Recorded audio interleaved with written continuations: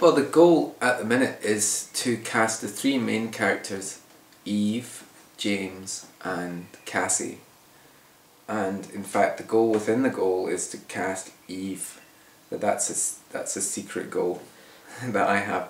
Because I need to cast Eve first, I think, before I can be sure about James or even Cassie. And because the three characters will sort of feed off each other, so I need the three to sort of fit together. The thing is, I've been working on this for a while, and she was the first thing that popped up, singing the songs that I was writing, and then I wrote the screenplay around her. So I've been, imagining her for such a long time that I really can't imagine her anymore. So I think it is the time that somebody walked into the room and just made it easy for me. You have to leave yourself quite open when you're casting. Open casting. That's a mining term, isn't it? Because or else you would just look and look, and if you've got a physical thing on the brain that you're looking for, then maybe you'll never find it, or maybe if you do find it, the person wouldn't be able to act for toffee. So you have to keep yourself quite open, because maybe you'll see somebody and they'll be completely different to what you're looking for, and then overnight you'll think about it, and then you'll think, actually this person is growing on me, and I can see how to make this work. Everybody's scavenging around for names. Caroline's doing her usual thing with Caroline, her assistant. They're just trawling for the people that they know about, and they're going through agencies in London, and they're putting notices out there with descriptions of the part and descriptions of the project. And in the meantime, Barry's in Los Angeles, and he's putting his oar in, and he is thinking about people on the side, and friends of his, and maybe slightly bigger names, and obviously people out in slightly bigger names tend to drift towards Los Angeles, so he's more in touch with the scene out there. But they all come back, and they all go into a big pot, and we ponder them, and then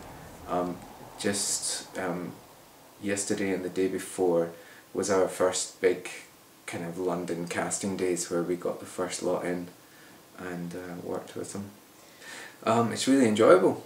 It's really good, and so far it feels quite natural. Nobody's turned around to me yet. Maybe if the people are older, they would turn to me and say, you don't know what you're doing. Why are you telling me what to do? But they're all younger than me. The guys and the girls. So. And they're quite respectful so far, and nobody's called me an idiot. So it feels quite natural. They've read what the part is. They come in with their lines.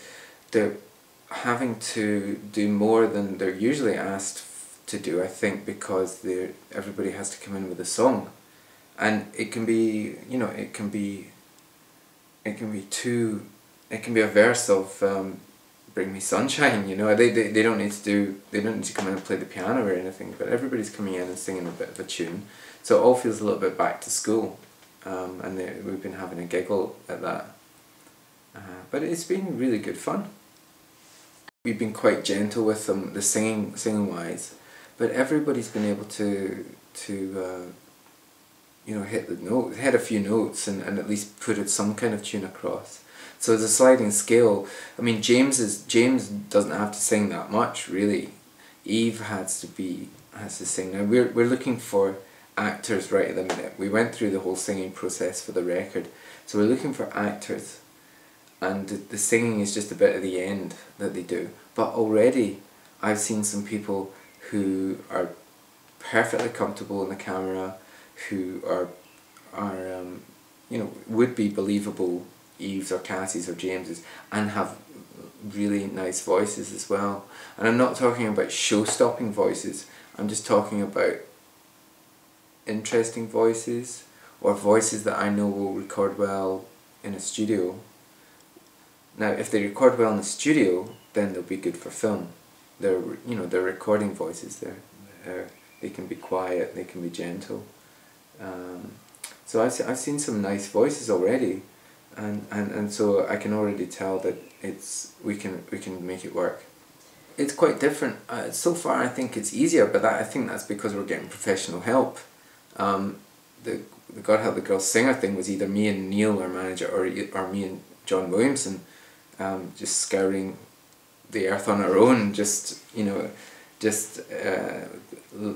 leaving it open for punters to come in and try out. I mean, that was fun, but I wouldn't want to go through it again. And, we went through hundreds of singers.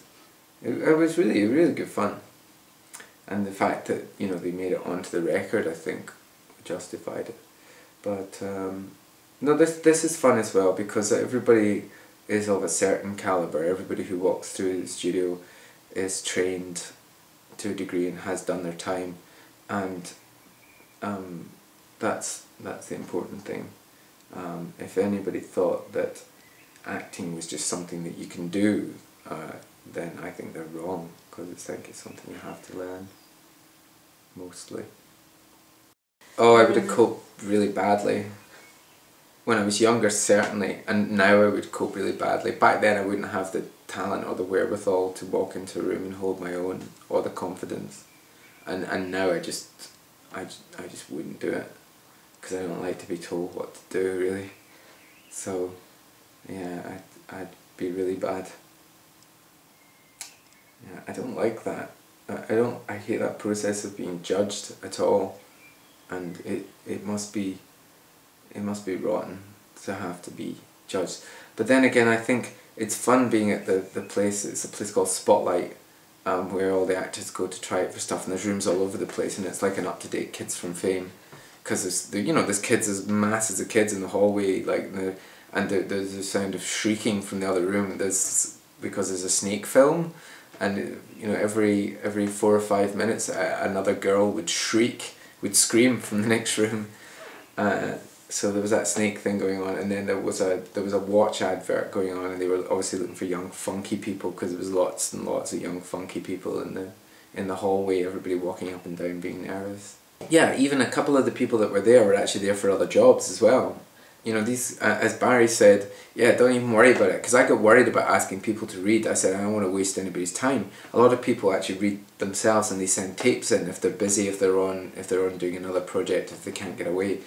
And Barry said, these guys, these girls, I hear them talk, and they'll be like, they'll be like, so are you trying out for that Tim Burton thing? Yeah, I got that Tim Burton thing next week, but and then I'm trying out for this kind of alien thing. And I'll be, oh yeah, I'm doing that as well. They try out for stuff constantly. So I assume it's like water off a duck's back. They know that it's not their innate talent that's not getting the role. It's like a square peg in a round hole. You're right for some things and not for others.